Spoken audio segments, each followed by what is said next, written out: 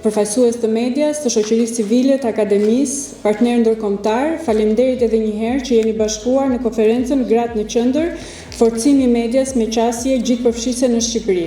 Përmes mini dokumentarit besoj se kuptuat shumë më tepër se për çfarë jemi mbledhur ne sot këtu.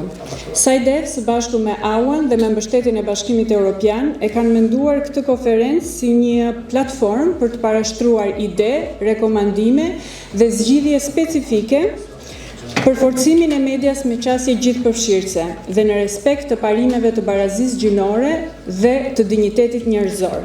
Dhe flasin pikërisht për rolin e medias për ta sfiduar dhunën me bazë gjinore dhe jo për ta riprodhuar atë. Sepse mënyra se si një media i treton gratë në redaksi, në vendimarrje, në përmbajtjen mediatike është një tregues i qartë i integritetit profesional, i kulturës së punës dhe i cilësisë së prodhimit mediatik.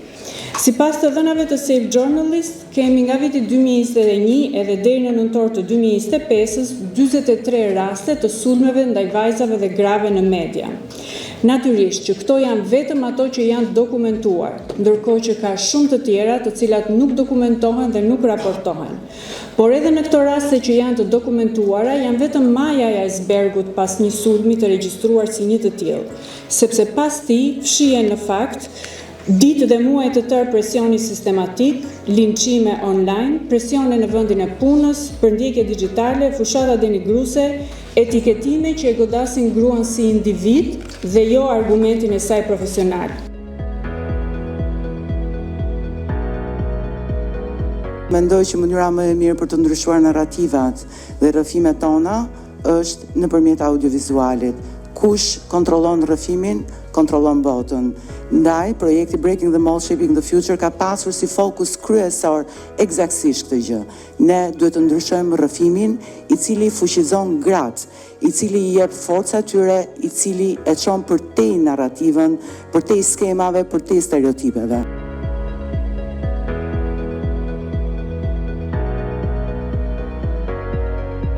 I'm very proud that we have been enabling you to do this. I think it's an important contribution that we give to the growth of Albania as a democratic society.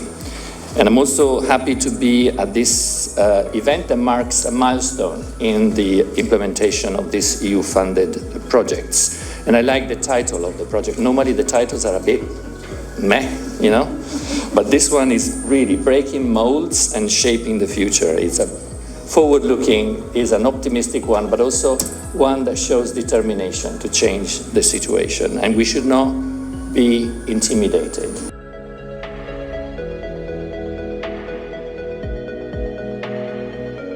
Barazia gjinore nuk është luks. Ajo është provë e drejtësisë së një sistemi dhe është tregues i ndershmërisë së një shoqërie. Është testi më i sinqert i demokracisë tonë. Kemi dëgjuar shpesh se kemi shumë gram politik, kemi shumë gram vendimarrje, se statistikat e përfaqësimit po përmirësohen, e njëjta gjë ndodh dhe me median, por përvoja ime 12 vjeçare, viti 13 në parlament e 15 në politik, më ka mësuar se numrat, ndonse janë një sinjal i rëndësishëm, nuk janë të mjaftueshëm. Mund të përmirësojnë fasadën, po shpesh herë nuk e prekin thelbin. Mund të kemi më shumë gram poste publike, po nëse ato nuk kanë hapësirë të flasin, të vendosin, të kundërshtojnë, të ndërtojnë politika të drejta të barabarta, atëherë simbolika nuk është përparim, por është iluzion.